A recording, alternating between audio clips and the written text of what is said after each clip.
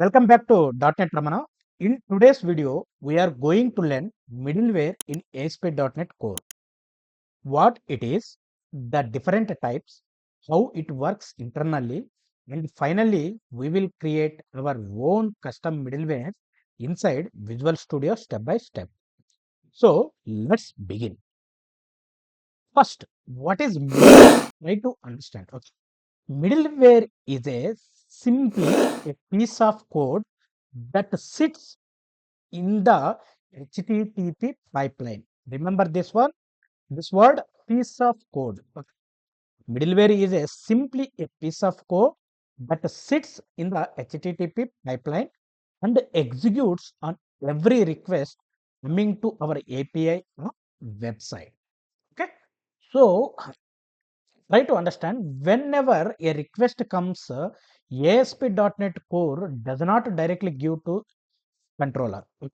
So it doesn't give directly to the controller. What it do instead, the request passes through multiple middleware components like logging, authentication, routing, static files, exception handling, custom middlewares. So what we build. Think of just one real-time example. If you think of it's like a security gate in an airport. So middleware is security gate in an airport. Each gate checks something and then forward passenger to the next gate, right? The same way middleware checks or modifies the request, then call the next middleware. Now we will see types of middlewares. Okay. How many types we have in middlewares? We will see that. So we have first one built-in middleware, that is Microsoft provided one. So what it is? Example, use routing. So use routing, what it does? Enable routing, use authentication, authenticates users, use authorization, verify access, use static files, serve images, CSS and JS, use exception handling, error handling. So use them directly using the app.Use ZY. Okay. Second one, custom middlewares. So this is actually created by developers. Okay. We create this when we need logging, request validations, custom headers, API key verifications, response modifications, blocking suspicious IPs. Custom middleware gives full control over request and response. So most of the professional projects, like big size projects, we always use the custom middlewares. Okay. Number third, terminal middleware. Any middleware that ends the pipeline is the terminal. You can see on the screen. So app.Run context.response.write async. So hello Vira. So that means after this no other middleware will execute. Remember that. Okay. After this no middleware will execute. Okay. Number four, inline middleware. Sometimes we don't create a separate class. Instead we directly write. You can see on the screen, beautiful for a quick task. This is whenever we write this, right? We don't create any separate class. Instead, we directly call await next, await next. So that means it will useful for quick task. Okay. Next, middleware execution flow. Middleware execution flow. So explain. You can see on the screen. So whenever the income request it will come, it will pass to middleware 1, middleware 2, middleware 3. So then it will go to the controller. So controller will give the outgoing response. That response again will pass to say middleware 3 first, middleware 2, middleware 1. Okay. Request flows top to bottom, response flows from bottom to top. Ordering is extremely important in ASP.NET Core. Okay. Now what we will see is we will see the real time by using the Visual Studio, and we will open Visual Studio and create .NET 8 Web API project. Okay. Now let's go for the Visual Studio. So guys, you are able to see my Visual Studio. So I opened the Visual Studio. I am going to the new project or solution you create. So search with ASP.NET Web API. Okay, ASP.NET Core Web API. Okay, just you search that, you will get this one. Okay, don't select pager, select empty one. So ASP.NET Core Web API, C# always see Web API. Okay, then click next. So here we will give the project name as a middlewares. Okay, middlewares. Okay. I am giving this middlewares and click next.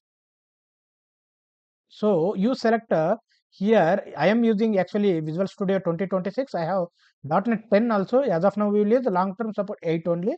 So next, after that, create. Okay, let's wait.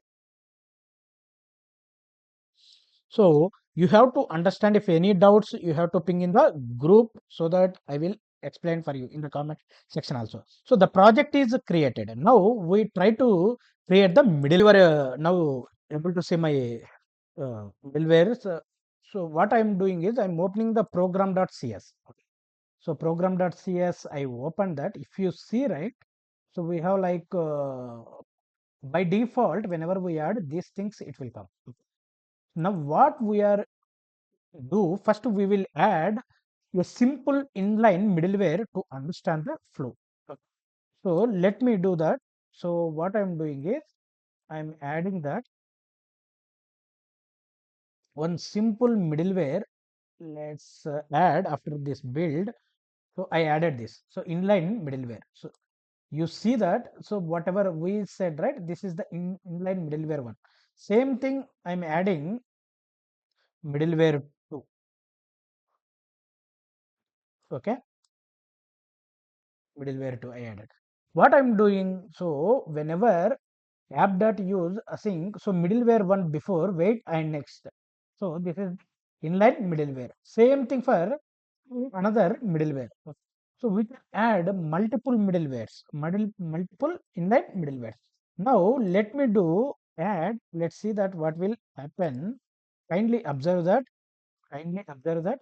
Now I added terminal middleware. We already discussed this. Whenever the terminal middleware is there, after that nothing middlewares will execute. These are the also middlewares only, right?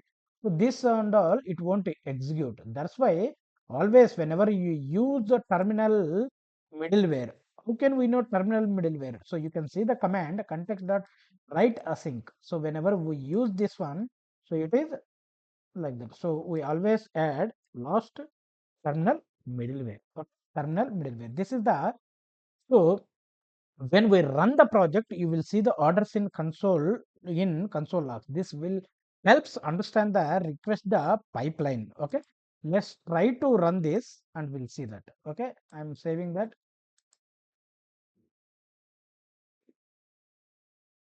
Okay, build is started, build is success. You are able to say yes, yes, yes, yes. Click on that because first time when we are doing, right, so that's what it is happened. So now you can able to see it is a success. It is the success because there is no issues. So where we can see is, see, so you are able to see, just a minute. So you are able to see middleware 1 after 1, middleware 2 after 2. So guys, you are able to observe that. Okay, first middleware before, so whatever we execute that, see, middleware 1 before, middleware 2 before. See, these all things it executing that. Are you guys able to observe that? Then we are good if you are able to see this. Okay, now what we can do is, okay, now what we can do is we can create a custom middleware with a separate class. Add a, what we do is we will add a separate folder. Okay, we will add a separate folder. So right click on this middlewares. Okay, 1 minute. So add new folder. So this new folder name I will keep as a middleware. Okay, middlewares. So let me right click, rename middlewares. Okay, so I added this middlewares. Now what I do is I will add one class, that is request logging.cs. Request logging.cs. Right click on that, add. There is a class. So naming as a request login middle. Now just I give the code, you copy that code and okay. Now see, I added the login request logging middleware. So for that I created one constructor. This is the constructor with the class name. Okay. So I'm doing that invoke async. So it will come as a await next. So this is the custom middleware, how we are preparing that, So now we will add extension method for this. So for this, what we have to do is we need to add one extension method that I will add here.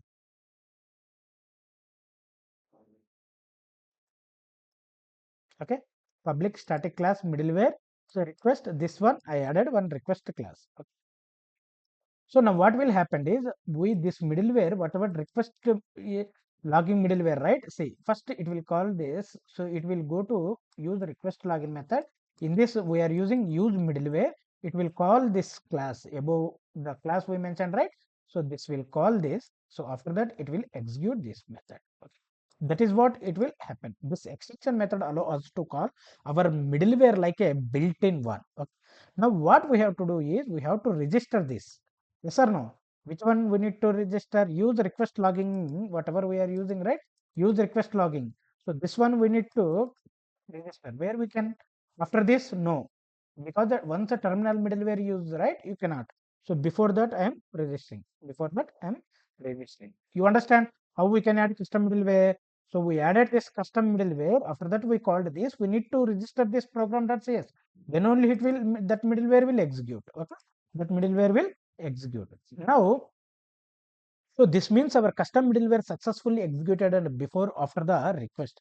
Test with the browser Postman or Swagger works everywhere.